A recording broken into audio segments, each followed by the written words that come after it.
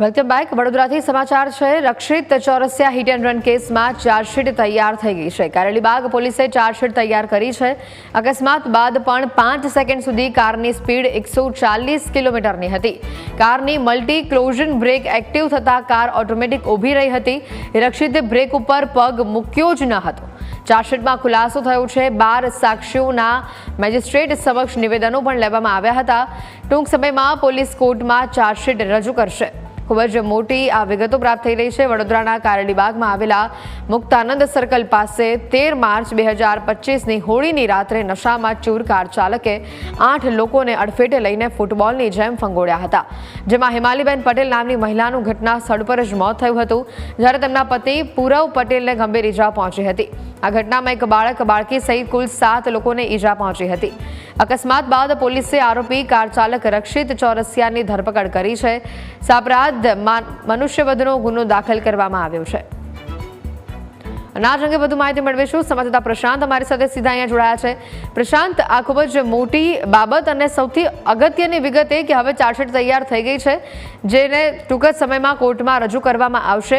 અને જે પ્રકારની આરોપોની વાત થતી હતી, જે પ્રકારનો મામલો સામે આવ્યો હતો, હવે જે ખુલાસો થયો છે કે અકસ્માત થયાના 5 સેકન્ડ બાદ પણ કારની સ્પીડ 140 કિલોમીટરની જોવા મળી।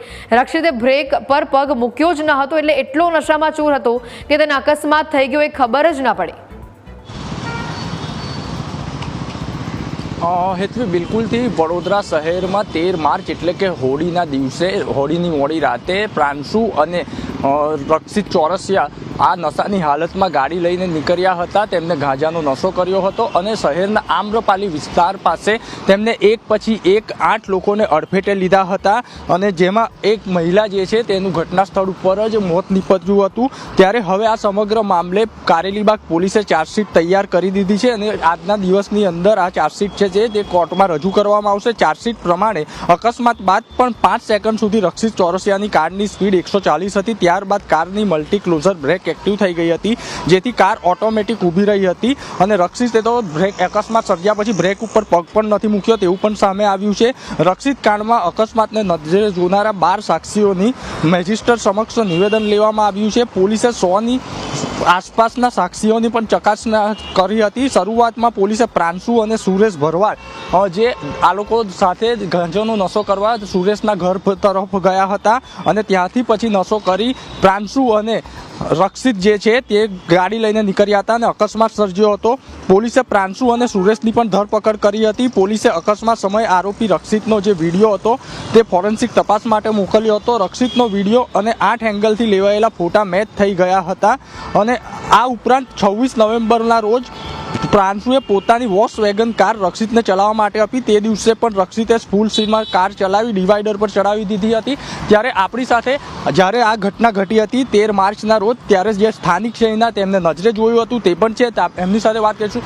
કમલેશભાઈ, જે રીતના 13 માર્ચ હોળીની રાતે ફૂલ નશાની હાલતમાં રક્ષિતે અકસ્માત કર્યો હતો, આપ નજરે જોનારા છો, શું માહોલ હતો, કેવી ઘટના થયેલી?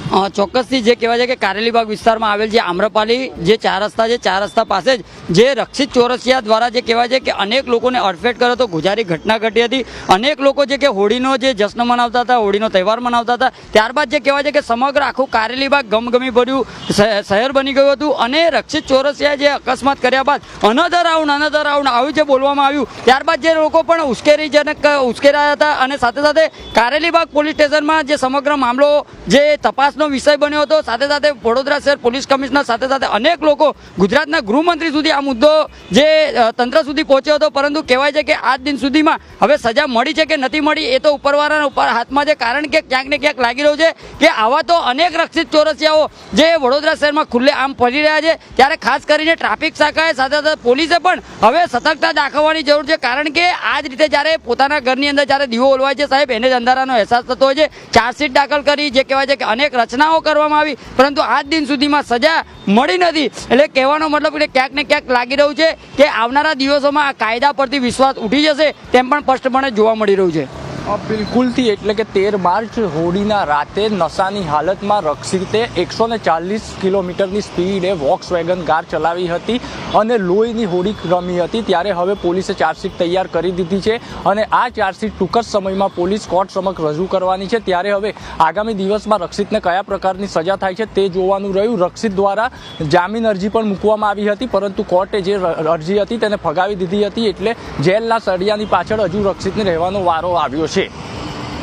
સતત પ્રશાંત, મહત્વની વાત હવે એ છે કે ચાર્જશીટ જ્યારે આજે કોર્ટમાં રજૂ કરવામાં આવશે તે બાદ વધુ સુનાવણી તેના માટે શું આગળ હાથ ધરવામાં આવશે, કેવા પ્રકારની કાર્યવાહી કોર્ટ દ્વારા કરવામાં આવશે, અને સૌથી મોટી વિગત કે જે પરિવાર છે જેણે પોતાના વાલ સુવાને અહીંયા ગુમાવ્યા છે, જે પત્નીનું આ ઘટનામાં મોત થયું છે, તેનો પરિવાર તો હાલ એક જ માંગ કરી રહ્યું છે કે આરોપીને ફાંસી થાય. શું ખરેખર તેને સજા થશે, અને જો સજા તેવી નહીં થાય તો આ પરિવાર કેવા પ્રકારની આગળના પગલાં લેશે?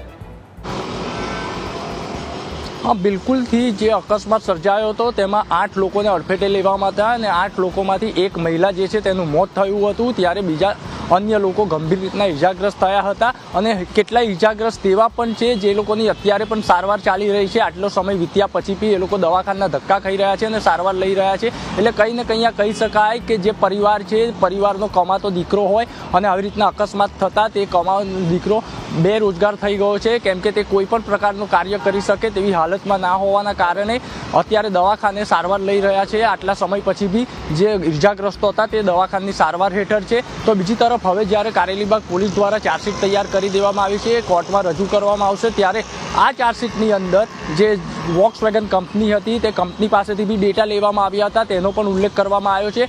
અને કંઈ ને કંઈ કહી શકાય કે રક્ષિતે 140ની સ્પીડે જે ગાડી હંકારી હતી, ત્યારબાદ અકસ્માત સર્જી અને તેને બ્રેક પણ નથી મારી. જે ગાડીની ઓટોમેટિક બ્રેક સિસ્ટમ હોય છે એના કારણે ગાડી રોકાઈ હતી. હવે ચાર્જશીટ જ્યારે રજૂ કરવામાં આવશે, આજના દિવસમાં ચાર્જશીટ રજૂ કરી દેશે પોલીસ, ત્યારબાદ કોર્ટમાં વધુ સુનાવણી થશે. કહી શકાય કે જે રીતના ચાર્જશીટ તૈયાર કરવામાં આવી છે તે જોતા જે રક્ષિત છે તે ચોક્કસપણેથી આરોપી દેખાઈ રહ્યો છે અને તમામ જે પુરાવા છે તેના વિરુદ્ધમાં છે. એટલે એને કડક ને કડક સજા થાય તેવી લોકો માંગ કરી રહ્યા છે. બિલકુલ, આભાર પ્રશાંત સમગ્ર વિગતો બદલ.